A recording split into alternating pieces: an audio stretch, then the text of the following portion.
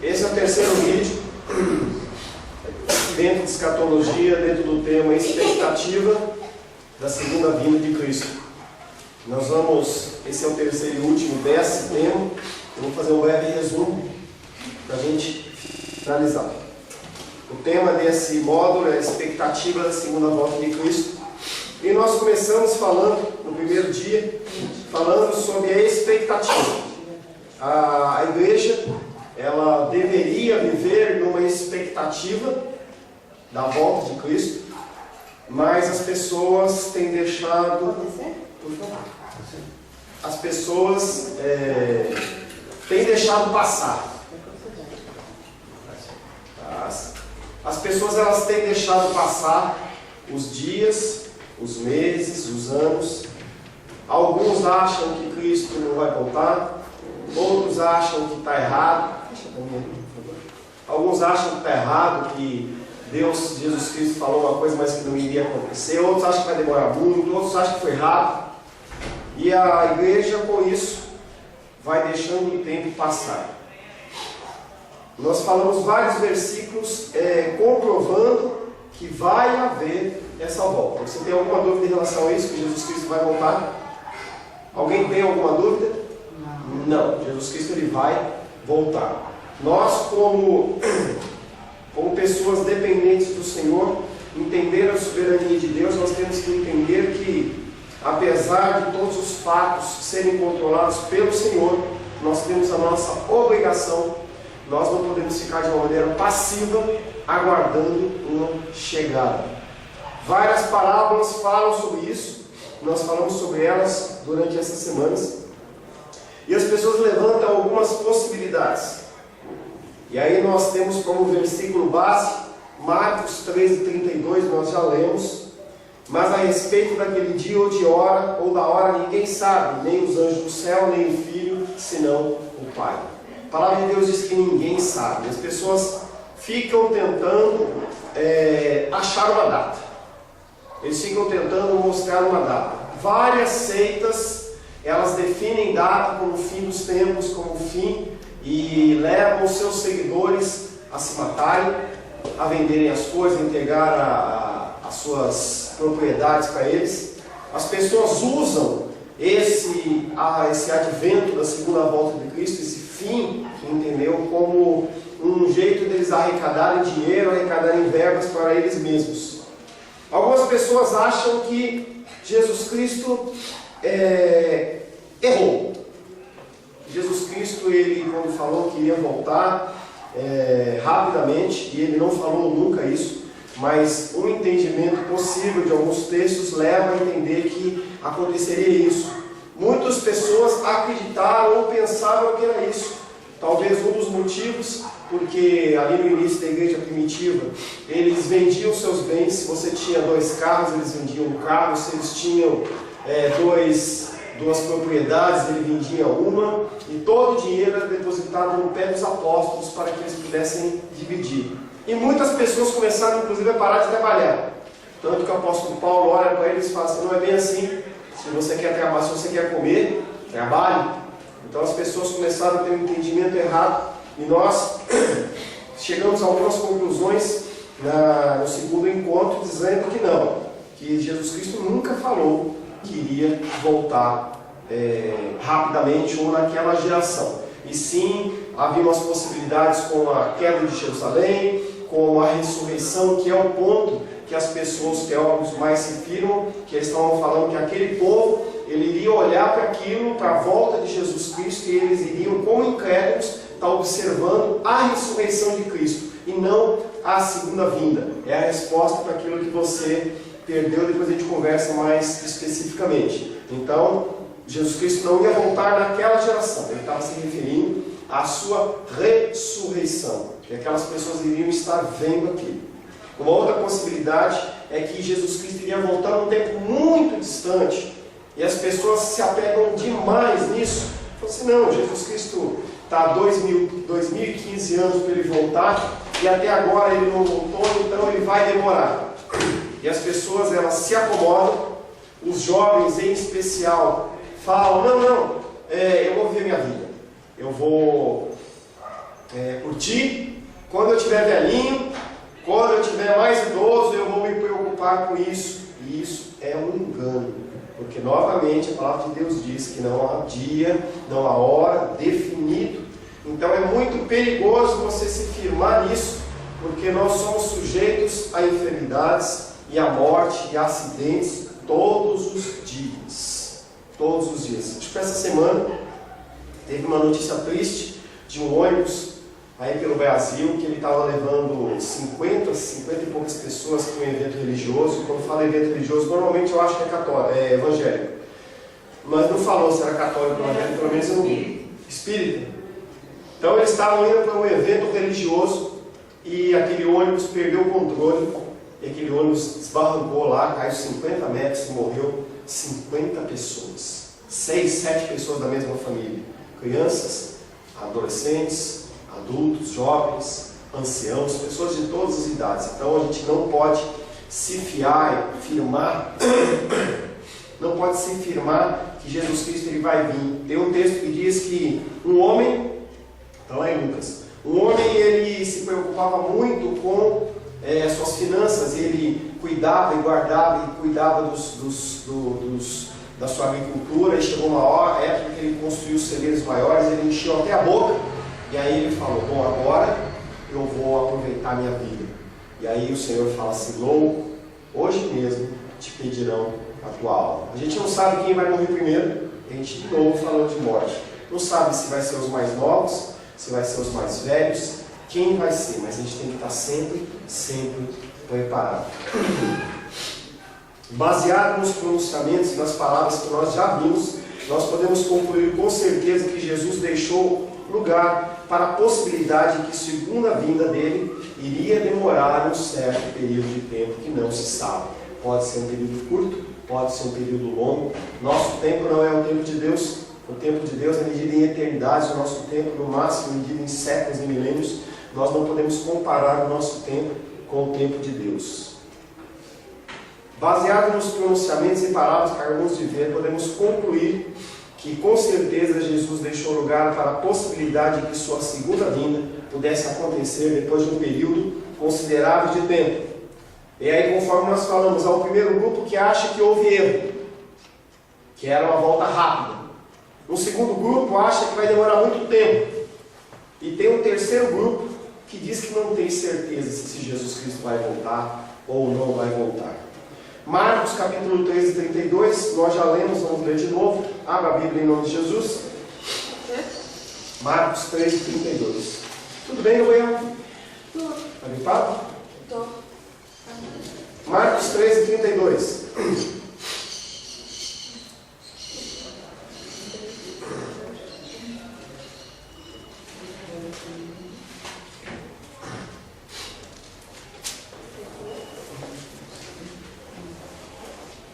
Achou ler, por gentileza? Mas a respeito daquele dia ou da hora, ninguém sabe, nem os anjos do céu, nem o Filho, senão o Pai. Tá? Isso é uma certeza. As pessoas vão querer inventar datas se você não pode acreditar nisso. Jesus termina a parábola das 10 virgens com essas palavras, exatamente essas palavras. Mateus 25, 13.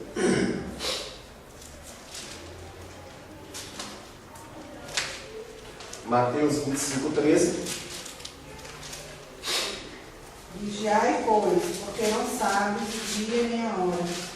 O interessante dessa palavra vigiai é no sentido de vigia mesmo. O vigia, quando ele está guardando alguma coisa, ele tem que ficar alerta, tem que ficar ligado, tem que estar sempre olhando, não pode dormir no seu posto. No exército, quando o soldado ele é colocado num posto de vigia, de tempos em tempos alguém passa para ver se aquele vigia está acordado. O senhor serviu o exército, meu irmão Cláudio? O senhor ficou alguma vez em vigia? E se o guarda, se o sargento pegasse dormindo, o que acontecia? Uma punição, né? Então, mesma maneira que o soldado que estava na torre lá de vigia, no lugar de vigia, nós temos que estar sempre alertas, sempre vigilantes, porque esse tempo pode acontecer a qualquer hora. Essa passagem que nós vamos ler agora, Marcos capítulo 13, fala sobre a incerteza desse tempo. Mais uma passagem. Marcos capítulo 13, versos 33 até 37. Apesar de vários versículos, é um texto bem curtinho. Marcos 13, de 33 a 37. Alguém leia, por gentileza? Estai sob aviso, vigiai e orai, porque não sabeis quando será o tempo.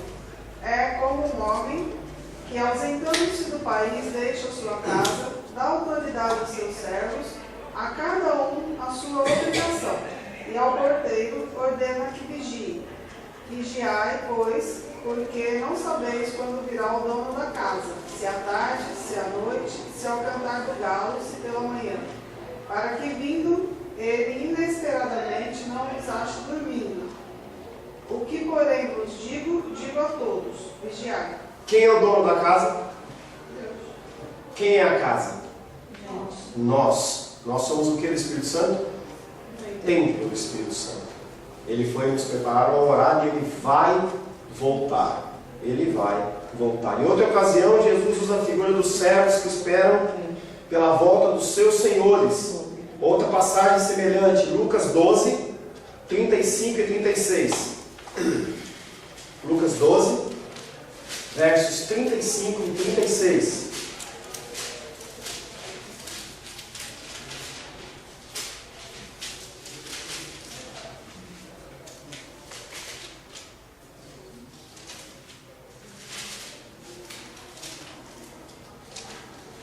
Sede vós semelhante aos homens que esperam o seu Senhor, quando houver de voltar das bodas, para que, quando vier e bater, logo possam abrir-lhes. Então, a gente tem que estar, na minha versão, começa falando que a gente tem que estar cingido. O que é? Vestido, sempre pronto. Você não é pego de pijama, você é pego preparado. O Senhor ele vai chegar para você e vai encontrar você preparado. Mais um versículo, Lucas 12, 39 e 40. Lucas 12, 39 e 40. Sabei, porém, isto: se o pai de família soubesse que a hora havia de vir o ladrão, vigiaria e não deixaria arrombar sua casa. Quem já foi assaltado ou roubado a casa? Já foi roubado alguma coisa? Você já entrou na tua casa? Se você soubesse que ia até o ladrão, você ia deixar... Ah, você abriu. No caso da Glenda, ela conta a história que eles moravam onde, cara? Valparaíso. Aí quando chegar, está tudo revirado. Então, se a gente sabe que o ladrão vai chegar, no mínimo a gente vai tirar as coisas de mais valor. Ou então deixar preparada a polícia, ou alguma coisa desse tipo. Então, e é interessante essa comparação de Jesus Cristo com o ladrão. E aí às vezes é até incômodo você falar assim, comparar Jesus com o ladrão. Não, mas é mesmo. Ele vai vir numa hora que ninguém sabe, numa hora que ninguém espera. A palavra de Deus diz que as pessoas vão estar casando e dando-se em casamento. Vão estar acontecendo coisas normais. As pessoas vão estar vendendo um carro, vão estar fazendo provas de concurso, vão estar indo para a escola, indo lá para o Maxwell. Coisas normais. Coisas normais. E aí a gente vai falar um pouco na semana que vem de que sinais é esse que nós temos que esperar. Bem interessante. Mas até lá nós temos que vigiar. Tá? A gente não sabe a hora. A partir desses textos nós aprendemos que ninguém pode saber o tempo exato da segunda vinda de Cristo. A segunda vinda ocorrerá num tempo e numa hora que nós não esperamos. Entretanto, é exatamente pelo fato da segunda vinda ser inesperada que nós temos que estar sempre vigiando. E a palavra vigiar significa aguardar por, sempre em espera, sempre aguardando, sempre olhando. É como um soldado que está numa guerra, que não sabe a hora que ele vai ser convocado. Então ele está lá, acontecendo a guerra. Aí a gente vê bastante isso em filmes. As pessoas, como tocam a corneta, ele tem coisa de 5 minutos para se aprontar. Não, a gente não tem nem esse tempo. A gente tem que estar sempre pronto. Mas pastor, eu tenho minhas lutas, tenho minhas dificuldades. Nós temos que procurar estar prontos o tempo todo. Confesso a vocês que não é fácil. Não é fácil, porque as coisas do dia a dia nos envolvem. As coisas do dia a dia funcionam como que uma névoa. Eu nunca fui para Londres, mas quando eu vejo os filmes tem um negócio chamado fog, que é aquela névoa, parece uma cerração em que você não consegue enxergar muito bem. Em tempos em que a gente vê essas novelas malucas saindo aí, em que o homossexualismo, a Rosângela tem falado isso, o homossexualismo está em alta. E a gente não pode falar absolutamente nada. Se a gente falar alguma coisa, a gente está achado de tudo quanto é coisa. O Levi Fidelis foi multado em R$1 milhão. Tá certo que ele excedeu um pouco o palavreado dele, mas falou a verdade. Então nós temos que estar sempre prontos, sempre aguardando. Coisas como, por exemplo, o Gabrielzinho, que é o mais novo aqui da sala. Tempo difícil, porque ele vai passar por uma juventude, tem toda uma parte de hormonal, entendeu? As namoradas vão começar a aparecer, as companhias, não pode, né, Glenda? As meninas vão começar a aparecer, as saídas, entendeu? A gente vai começar a perder como é que controle dos filhos. O Vicenzo está lá em Cuiabá, a gente não tem controle. A gente acompanha, tal, tenta ensinar, tenta auxiliar, mas está longe. E a salvação ela é individual. E cada um vai dar conta de si mesmo. A figura do ladrão utilizada, Jesus também enfatiza a colocação do que acabamos de fazer. Parece totalmente estranho comparar a volta de Cristo à visita de um ladrão, mas é bem isso. É bem isso que vai acontecer. Passamos agora a resumir o que aprendemos dos evangelhos sinóticos, que são o quê? Mateus, Marcos e Lucas. O que é sinótico? Já falei. Parecido, semelhante. Quando você lê o evangelho de Mateus, Marcos e Lucas, você encontra muitos relatos e muitas passagens muito parecidas. Parece que eles estavam fazendo a prova no mesmo dia e um colou do outro. Eles são considerados evangelhos sinóticos, são semelhantes. É claro, está claro que Jesus não marcou uma data para o seu retorno. Você tem dúvida em relação a isso? Você acha que tem alguma data preparada que nós podemos descobrir? Não! Essa data ela é oculta a mim e oculta a você. É claro que Jesus não marcou uma data para o seu retorno. Por causa disso, não deveríamos falar acerca de um engano, não devemos falar a respeito de uma expectativa. Nós temos que simplesmente vigiar. Naturalmente é possível que alguns dos discípulos de Jesus entenderam errado, eles entenderam mesmo. E não foram só as pessoas que caminhavam no dia a dia, não. Os discípulos, alguns deles, se enganaram. João capítulo 21. Obrigado. João 21, abre aí, versos 20 a 23. João 21, versos de 20 a 23.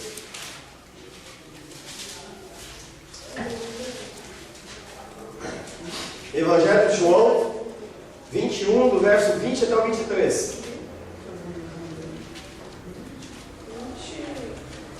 Vamos? Então, Pedro 21, 20 a 23.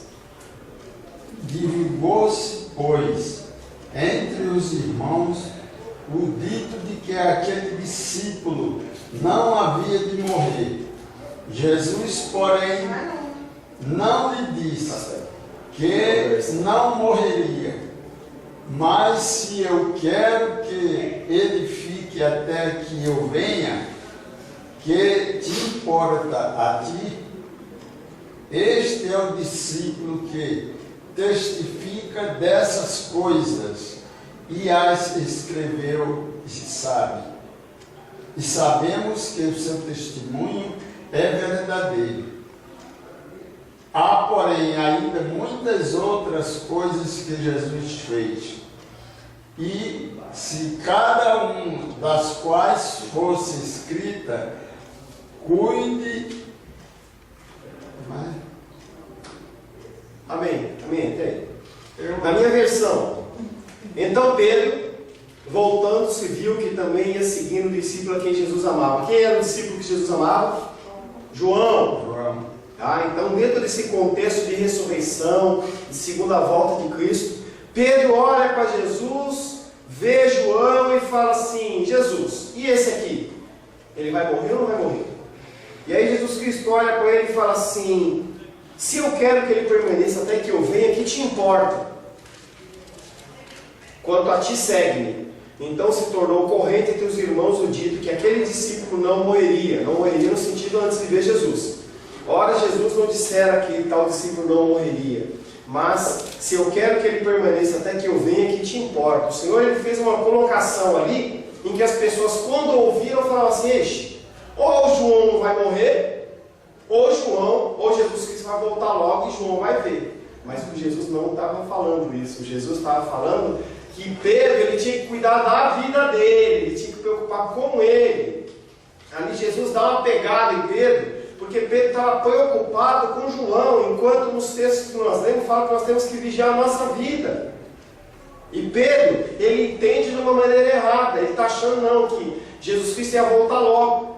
E aí Jesus Cristo fala assim: o que te importa? Que ele permaneça até que eu venha. E aí esse que eu venha é a ressurreição, e não é a segunda volta. Tá? Então as pessoas, elas começaram a ter um entendimento errado. Aparentemente havia crentes, cristãos naquela época, que pensavam que Jesus tinha dito que retornaria antes de João morrer. E não é esse o entendimento. Mas o próprio João afirma que Jesus não disse tal coisa. João, no final, ele fala: não foi isso que Jesus falou. Mas não seria porque depois que já tinha passado? Não. Ele estava testificando, ele estava relatando uma coisa que estava acontecendo. Ele escreveu um pouquinho depois, mas ele estava escrevendo em cima do que Jesus, o que estava na cena, o que estava acontecendo.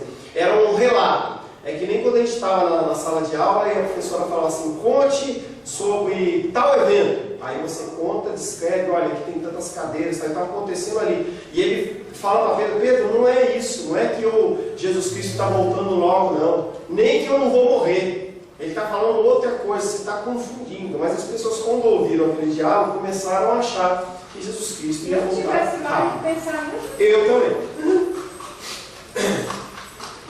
Aparentemente havia crentes naquela época que pensavam que Jesus tinha dito que retornaria antes de João morrer. Mas o próprio João afirma que Jesus não disse tal coisa. Se é possível ocorrer um erro desses, é também possível que algumas pessoas que ouviram, como a senhora e eu, também pensassem tal coisa. Mas como nós já determinamos, nós falamos, ninguém sabe dessa hora, nem os anjos, nem demônios, nem ninguém, apenas o Pai. Então não tinha como Jesus Cristo falar uma coisa dessa se ele não sabia que horário que ia vir, quando que ia vir. Então era uma coisa em aberto. Entretanto, Jesus efetivamente ensinou que dentro do período de vida dos seus ouvintes, ele vivia em glória real. E aí é diferente. Ele vivia em glória. Apesar de ele ser 100% homem, ele continuava sendo 100% Deus. Como que é isso, pastor? Não sei. Eu sei que algumas atribuições de Deus, algumas características de Jesus Cristo como Deus não estavam presentes na forma humana, ou simplesmente estavam na forma humana, mas não eram passíveis de manifestação.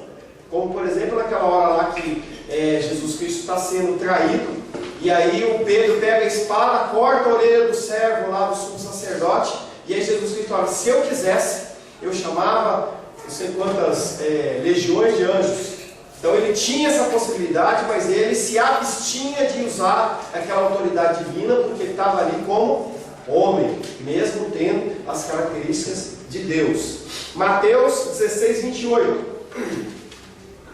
Nós já lemos esse texto e nós demos a explicação.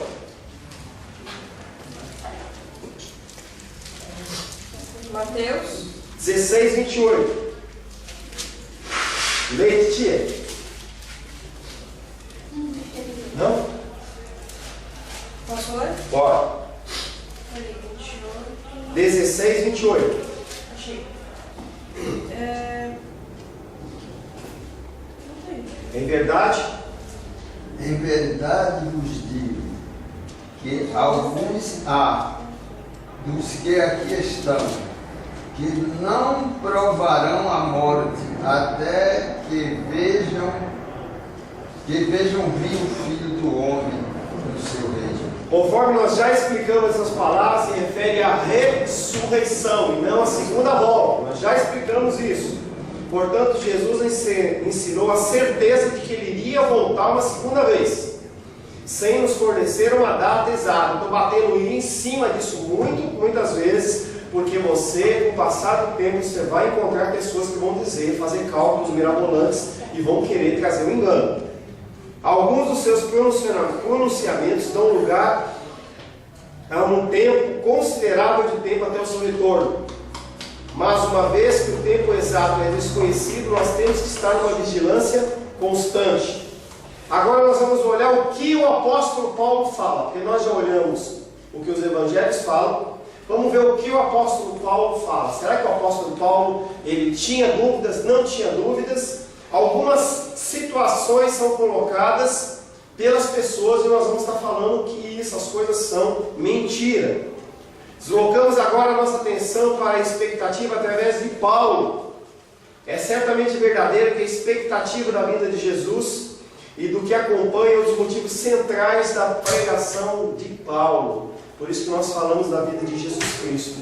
Não tem algo mais importante do que falar de Jesus Cristo e Jesus Cristo crucificado. Em consequência, nós falamos da segunda volta dele. Por isso que nossas pregações elas têm sido focadas nisso. Nós não temos que nos preocupar com outra coisa a não ser com a vinda de Cristo, com o que aconteceu, com o entendimento de todas essas coisas, para que você possa pautar a sua vida nos caminhos do Senhor. Fala, querida.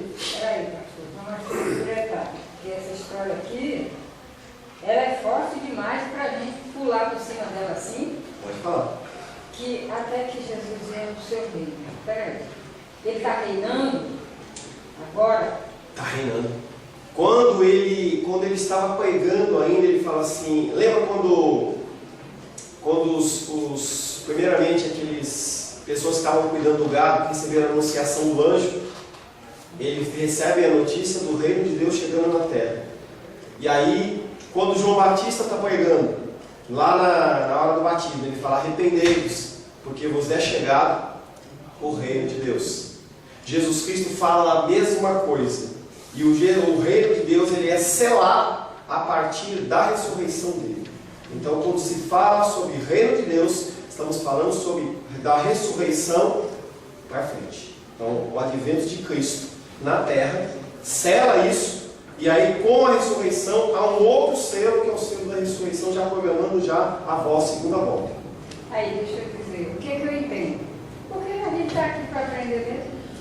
Eu entendo o seguinte, por exemplo, se Jesus está reinando, sim, que eu tenho dúvida. Porque Deus é soberano. Pois é. Se ele está reinando, me leva a crer que o reino é dele e de mais ninguém. Ele reina. Sim. Então, se ele está reinando, por que nós estamos vivendo esse caos? Porque ainda há um tempo que tem que se cumprir, segundo a predeterminação do Senhor, para que as pessoas que são escolhidas dele se salvem, aceitem a Cristo, e todo um decurso de cumprimento de profecias, porque as profecias elas começaram lá em Gênesis, quando há o pecado original, e Deus chega e fala assim, serpente, você vai comer do pó da terra, mulher, você vai ter sofrimento no teu ventre, e o filho da mulher vai pisar a cabeça da serpente. Então todas as profecias elas foram dadas no Antigo Testamento, todas elas têm que se cumprir.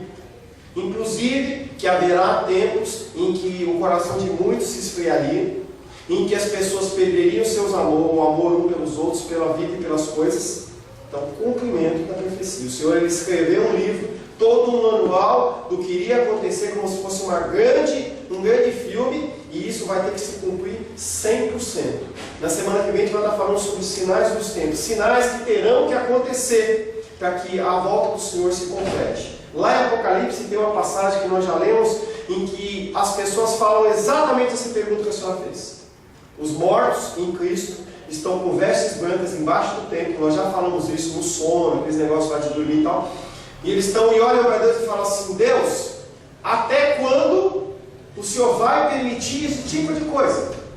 E aí o Senhor Jesus responde, que haverá, ainda há um tempo, até que o número dos seus servos que vão ser sacrificados em meu nome morram e possam estar entrando na glória com ele. Bom, aí tem mais um. Aí vem o reino de Cristo verdadeiro aqui na terra, quando ele desce e faz. Aí vai reinar. Então eu entendo o seguinte: se ele vai reinar aqui na terra, é aqui, segundo a palavra. Sim, não é lá no céu, nós de asinha. Então, aí eu suponho que é um reino sem nenhum problema, onde a gente vive assim, muito bem. A história da palavra de Deus diz que vão haver tempos, nós vamos estudar mais especificamente lá na frente, nós estamos caminhando para isso, tá? Mais lá na frente a gente vai ver, mas basicamente vai haver um tempo de 1000 anos, em que vai ter ainda alguma coisa de resquício de maldade, em que Satanás ele vai ser preso, ainda dentro de profecias do Senhor. Por quê? Não tem como explicar isso. Satanás ele vai estar preso, e aí ele é solto para ainda ter um grupo de pessoas que ainda vão ser enganadas, e aí a última batalha, e aí acabou. Aí não tem mais pranto, não tem mais ranger de dentes, não tem mais nada. Aí vai ser um reino conforme, entendeu? Não vou dizer como ele quer, porque o que está acontecendo é como ele quer, como ele determinou. Mas vai ser um reino como nós esperamos, em que vai haver amor, haver paz, mansidão, em que o pecado é totalmente erradicado da terra e não tem mais um outro caso, que nesses filmes que tem segunda parte, terceira parte, não, acabou. Ali acabou e nós vamos viver na glória com o Senhor eternamente. Isso aqui é para ser sempre assim, é meio bagunçado mesmo. Sim, senhora. Se você me perguntar se alguém tem questionamentos que você pode levantar, que eu também faço, tá. E não tem resposta, tá? Por que Deus, sabendo de todas as coisas, Ele não já resolveu lá no começo e já fritou Satanás e deixou... Não tem como te explicar isso. Não tem como explicar, porque a mente de Deus é a mente de Deus. Se Ele está forjando pessoas que sejam adoradoras em espírito, em verdade, ou se é um cumprimento, não dá para saber. Simplesmente a gente vai, como servos, a gente vai seguindo a sequência da história e tentando estar prontos quando Ele chegar. É certo que nós temos que viver debaixo desse reinado de Cristo. Sim. Viver uma vida digna de ser chamado filho de Deus. Não entrar no mundo, que o mundo faz tudo que dá na cabeça. E nós temos um parâmetro. A gente tem que andar dentro daquilo. Para mim, sendo assim, esse é o Você tem, ó, à vontade. É um reinado por lei verdade, assim, que reina sobre alguns e outros não. Né? Ele reina sobre todos. Só que a manifestação da bondade dele, entendeu? Do amor, da graça, conforme nós esperamos e aguardamos, ela é para o Senhor Silomar, entendeu? Essa manifestação não é sobre todos. A graça é uma graça comum. A palavra de Deus diz que a chuva cai sobre ímpios e não ímpios. Então a gente vê prosperidade, a gente vê pessoas tendo uma vida feliz, entendeu? Mas não é a vida que Deus espera. E nem sempre você tem uma vida feliz quer dizer que você está agindo segundo a vontade de Deus. As pessoas entendem que se a pessoa é rica, ou se ela está bem, não tem problema de saúde e tal, então Deus está com ela. Não funciona. Tem uma palavra que chama-se pragmatismo, que é utilizado muito nos dias de hoje. O que é pragmatismo? Se eu faço algo e dá certo, está tudo certo. Igrejas estão lotadas nesse pensamento. Então, se eu estou fazendo o que eu quero fazer e a igreja está cheia, quer dizer que Deus está comigo. Se você é uma pessoa rica, Deus está com você. E não tem nada a ver uma coisa com a outra. Tanto que Jesus Cristo, ele era uma pessoa que não tinha onde encostar a cabecinha dele, não tinha onde encostar. Então ele, como uma pessoa pobre, ele era o melhor. As coisas do reino não são comparáveis com as coisas dos homens. Por isso que a gente tem que simplesmente confiar no Espírito Santo, seguir uma direção da palavra e continuar caminhando. Amém? Tudo bem, Gabriel? Tá dando continuidade. Como dissemos acima, alguns pensam que Paulo ensinou que a segunda volta voltaria dentro de uma segunda geração em que ele poderia ter cometido um engano. E isso é erro, da mesma maneira que as pessoas ouviam o Evangelho e achavam que Jesus Cristo ia voltar rapidamente, ou que Paulo estava enganado. Paulo não estava enganado. Vários estudiosos do Novo Testamento argumentam que houve uma mudança, que Paulo no começo ele achava que Jesus Cristo ia voltar rápido, depois ele percebeu que não, nada a ver, entendeu? Uma coisa é você ter uma expectativa, e quando você vive uma expectativa, é como se a coisa viesse a acontecer daqui a pouco. A Carolzinha não está aqui, ela mandou um pedido para a gente estar orando por ela. Ela deve dar um testemunho de à noite, conseguiu um emprego, glória a Deus por isso. E ela está na expectativa, e ela tem um emocional dela, abala muito. Então quando ela fica nervosa, entendeu? Quando ela fica ansiosa, ela fica com dor de cabeça, ela não se sente bem. Você está numa expectativa não quer dizer que você acredita que uma coisa vai acontecer na hora. É muito diferente. E as pessoas, quando leem Paulo, nós vamos ler alguns textos, alguns versículos, eles olhavam assim, não, Paulo está dizendo que Jesus Cristo está voltando agora. Primeiro texto, 1 Tessalonicenses, capítulo 4, versos 15 a 17. 1 Tessalonicenses, capítulo 4, versos de 15 a 17.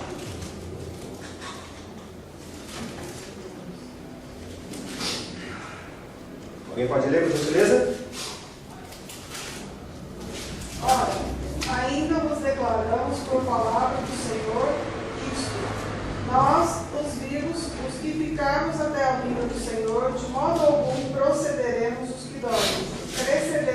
que dormem.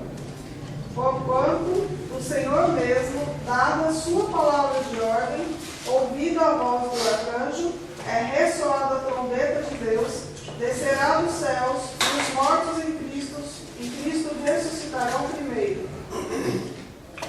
Depois, nós, os vivos, os que ficarmos, seremos arrebatados juntamente com eles, entre nuvens, para o encontro do Senhor nos ares, e assim estaremos para sempre com o Senhor. Nessa primeira frase, fica parecendo que ele vai estar vivo.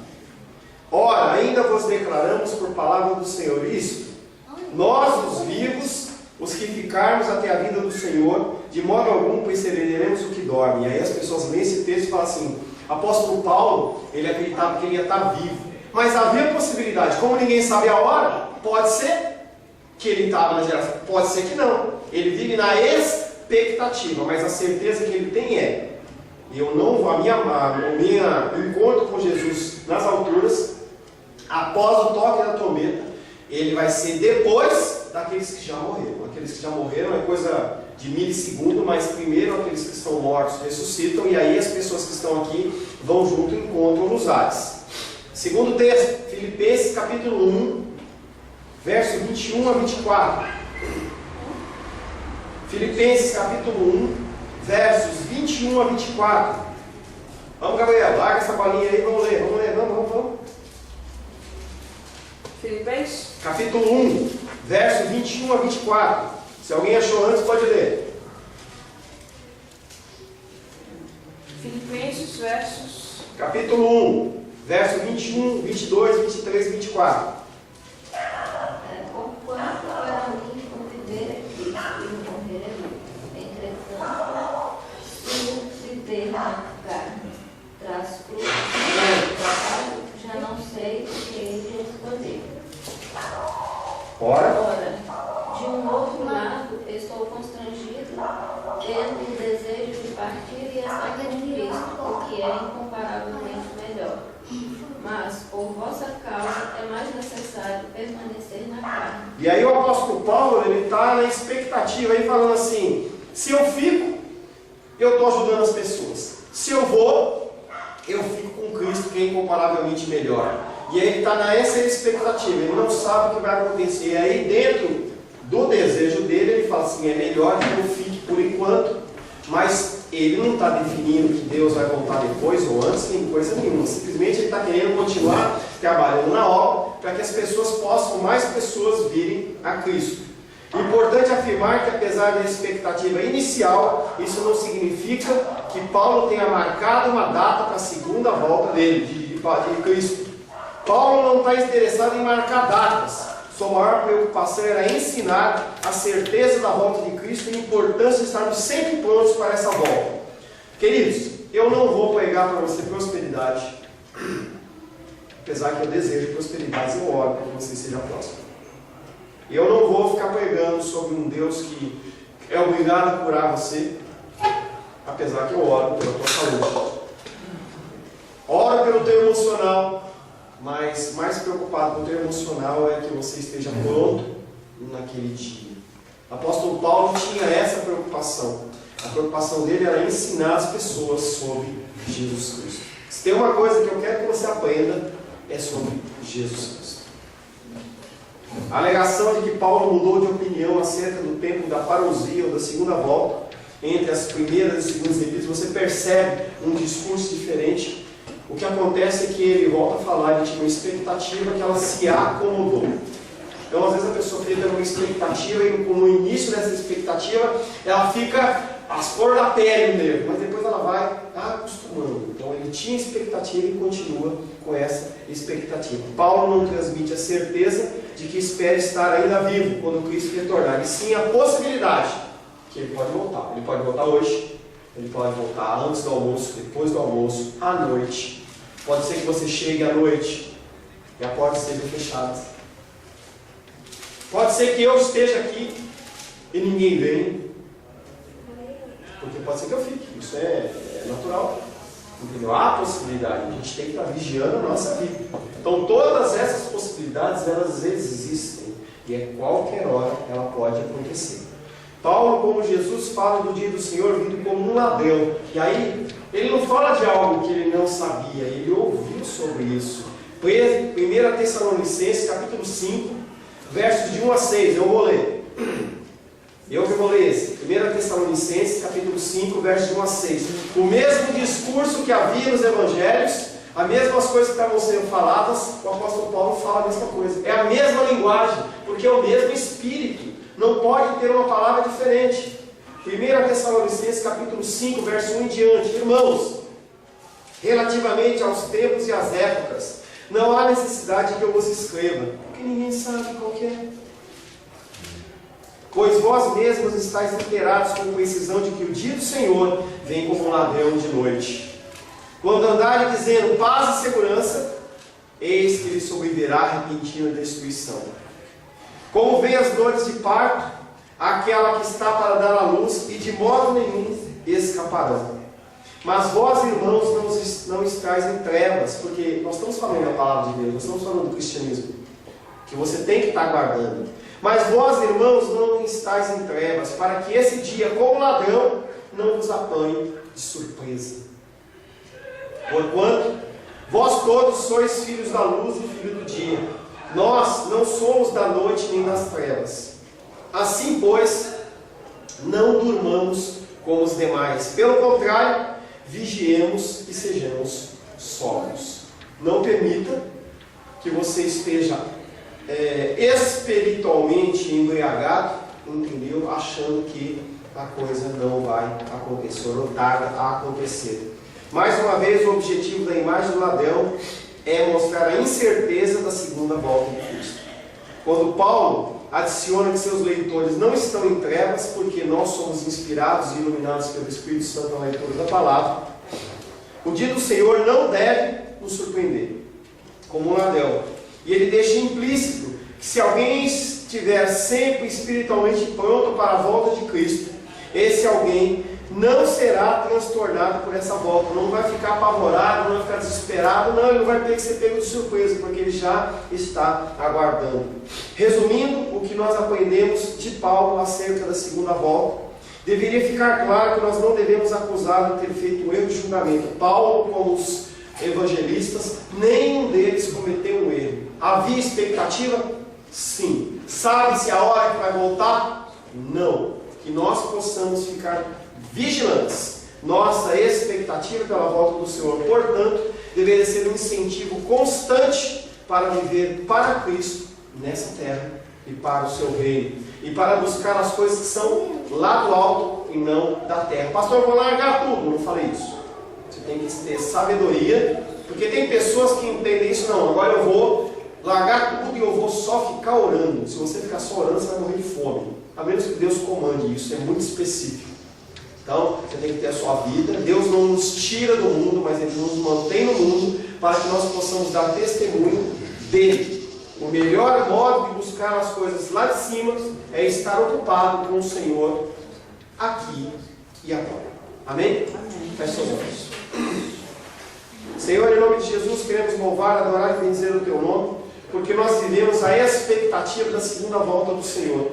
Nós não sabemos quando o Senhor vai voltar, mas nós temos, Pai, que sido incomodados pelo Senhor para buscar a Tua face. Por isso nós queremos pedir a Ti, Pai, que mais e mais o Senhor nos traga luz no nosso caminhar, Pai.